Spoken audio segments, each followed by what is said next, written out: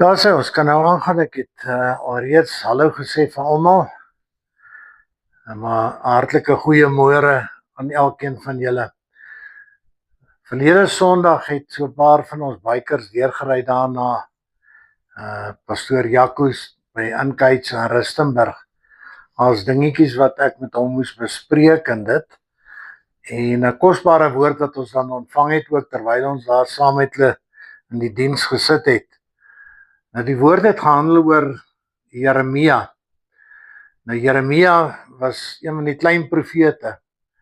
Maar God het vir hom 'n opdrag gegee om met die volk te gaan praat oor hulle verkeerde weë, oor die verkeerde dinge wat hulle doen.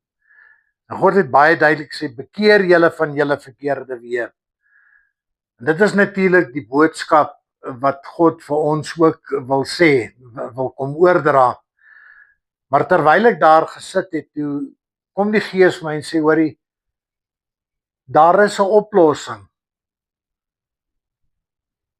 En die Gees vat my daar na Efesiërs 2.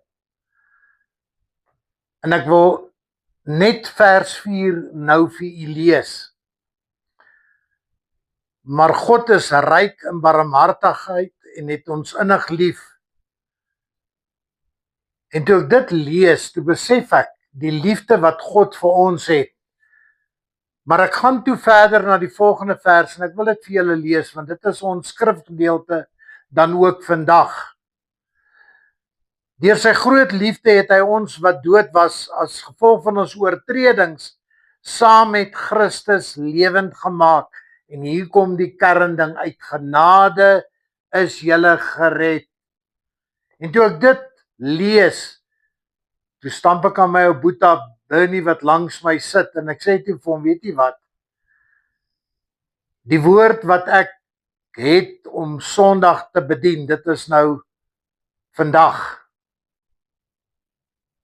Gaan ek nie meer kan bedien nie, want die Here wil hê ek moet praat oor, en dit is die tema dan ook van my woord, uit genade is julle gered. En ek het maandag hier by my lesnaar, agter my lesnaar gesit en die woord gebepyns. Ek het 'n paar keer het ek deur Efesiërs 2, die hele Efesiërs 2 gelees. En al gaande ek dit gelees het en hoe meer ek dit gelees het die Gees vir my iets kom wys. Maar ek wil vir hierdie gedeelte net klaar lees. Vanaf vers 4 tot en vers 10 wil ek weer net met julle oorgaan. Maar God is ryk in barmhartigheid en het ons innig lief. Deur sy groot liefde het hy ons wat dood was as gevolg van ons oortredinge saam met Christus lewend gemaak.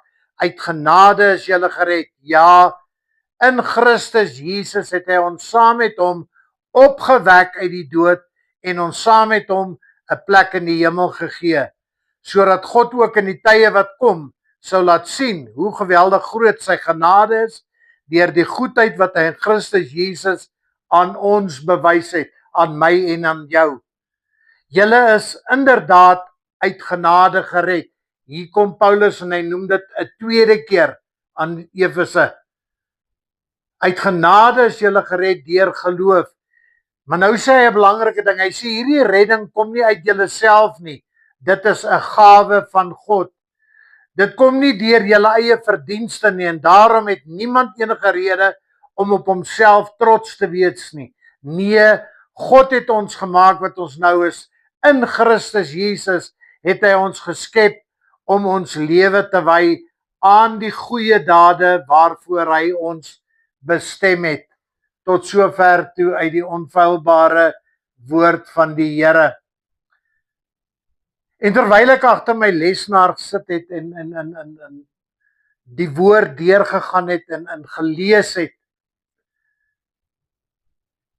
toe kom ek agter, daar is 3 dinge wat die Gees my kom wys het, wat vir my uitgestaan het.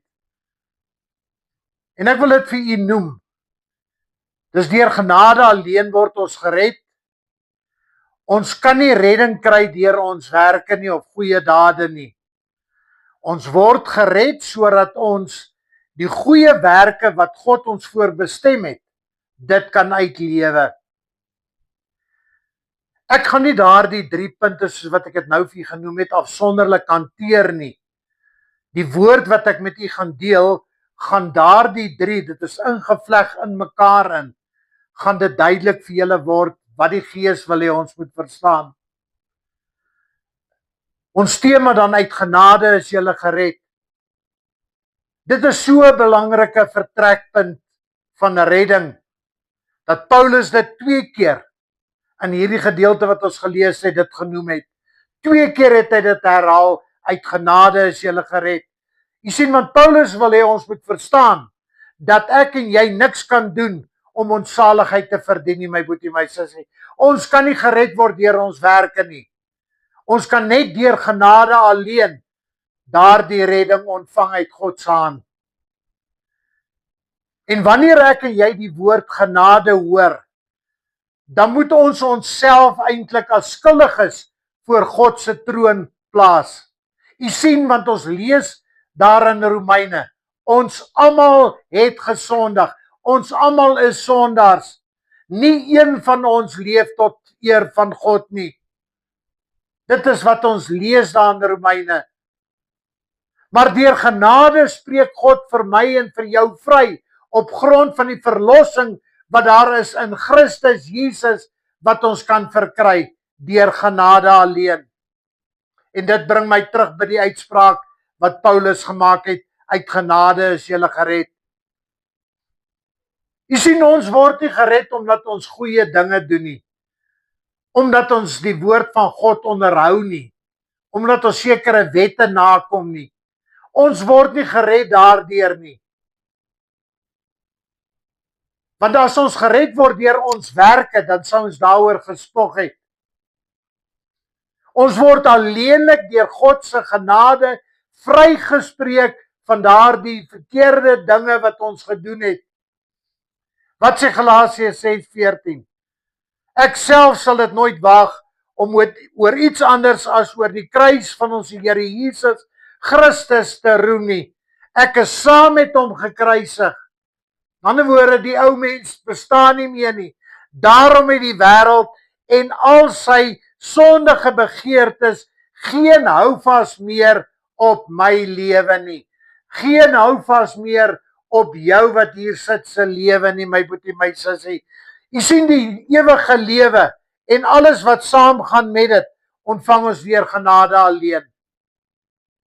Dit is hoekom Paulus nooit opgehou het om hierdie waarheid te verkondig nie. En as Paulus daar sit, daar in die tronk, terwyl hy terugdink en hierdie dinge geskryf het, sien hy sy eie lewe en hy sien God se groot genade in sy lewe dan. Jy sien, want van 'n vervolger word hy 'n navolger van Christus.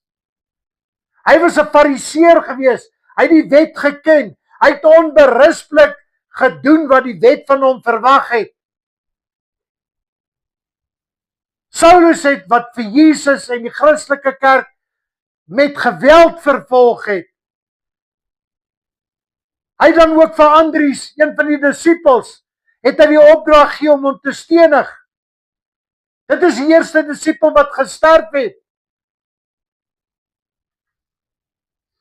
En as hy aan al hierdie dinge terugdink, kan hy maar net een ding bely, my boetie, my sussie. En hy sê daar, ek is 'n verloste, ek is 'n kind van God, wat uit genade alleen gered is, sonder enige verdienste. Jy sien, alles wat vir Paulus eers 'n bate was, is nou waardeloos vir hom. Die belangrikste ding in sy lewe nou is Christus. Dit is om Christus te leer ken